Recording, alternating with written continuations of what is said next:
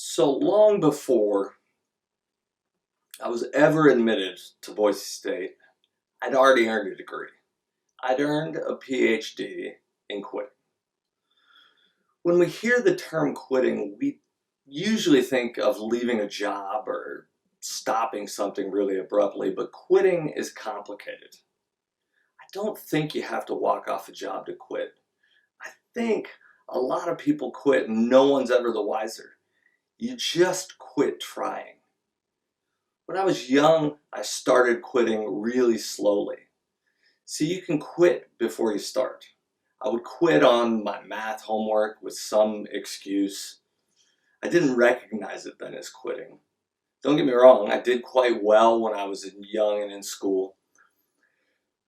And it seemed like a pretty good place for me. This was just kind of the beginning of my quitting habit. I got to middle school, and that was a new and scary place.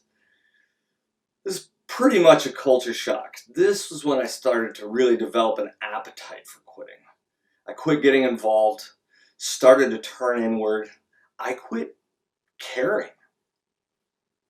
First thing I really quit on was school. It just wasn't a good place for me anymore. And that meant that I really didn't want to engage with it any longer, so I just quit trying. I quit going, actually, as I got older. And the only thing I didn't really quit on by that time was quitting. But things changed.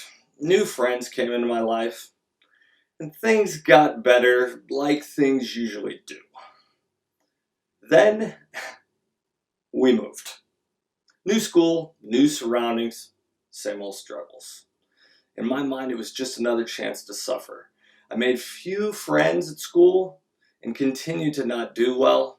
I couldn't tell you what the clinical definition is or if there is one, but the pattern was really beginning to take hold. Quit before you start. It's a lot safer. There was always one place, though, that I felt like I belonged: on a soccer field. It was the one thing in my youth that I identified with, and I was well known for it. In that place, I was someone else. I was competent, a leader, and I never quit. I led the charge and worked as hard as anybody. I belonged there and thrived. I worked tirelessly to improve, and soccer took me to 3 continents, countless states, and helped me make some of my closest friends. While the plan had always been to carry on with the game and play soccer in college, when that path became more difficult, guess what I did? I quit.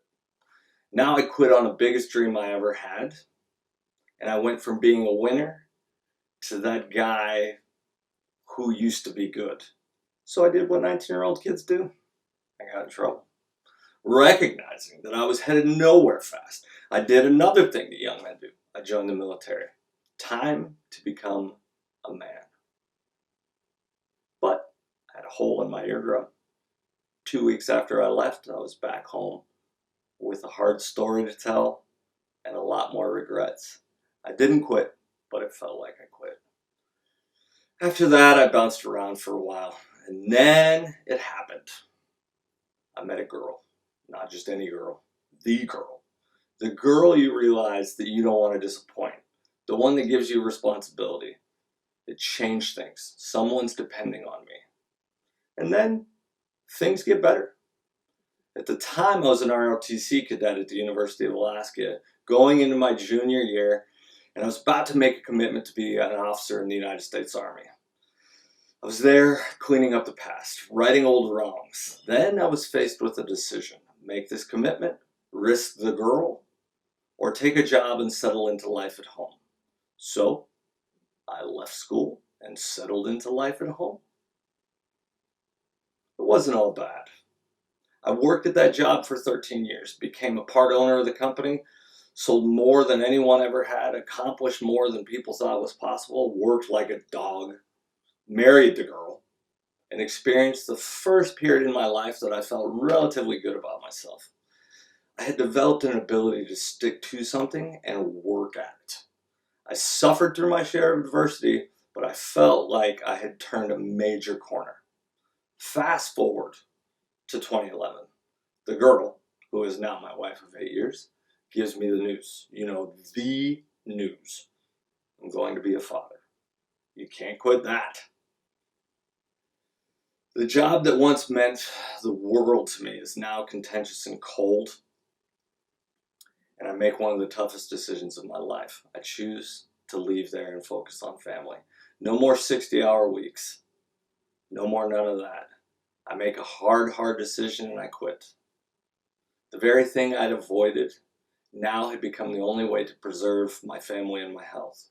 Quitting isn't always a bad thing, and this time it was probably warranted, but man, it stung.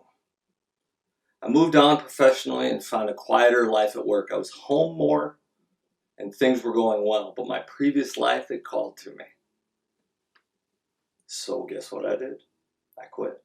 I got recruited away to another company, made more money than I thought was possible, had all the trappings of success, a company car and an expense account and all those things.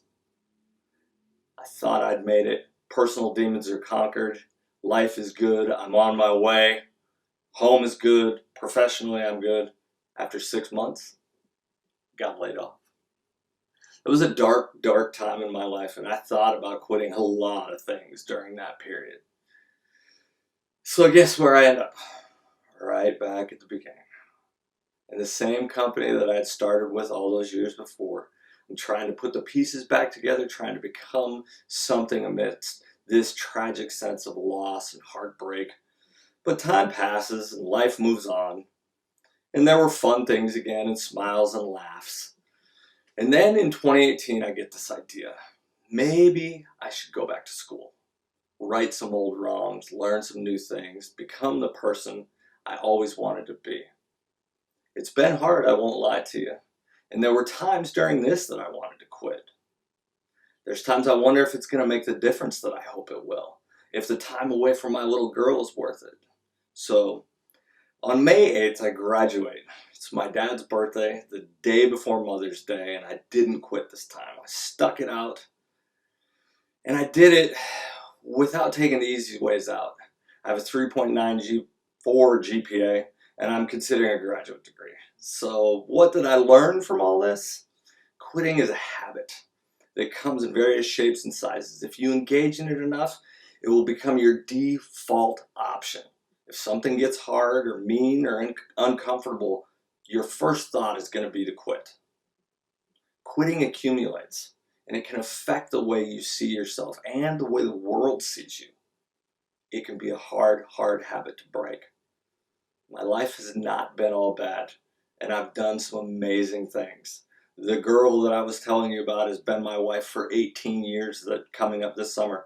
We have a home, we have good jobs, things that most people strive for.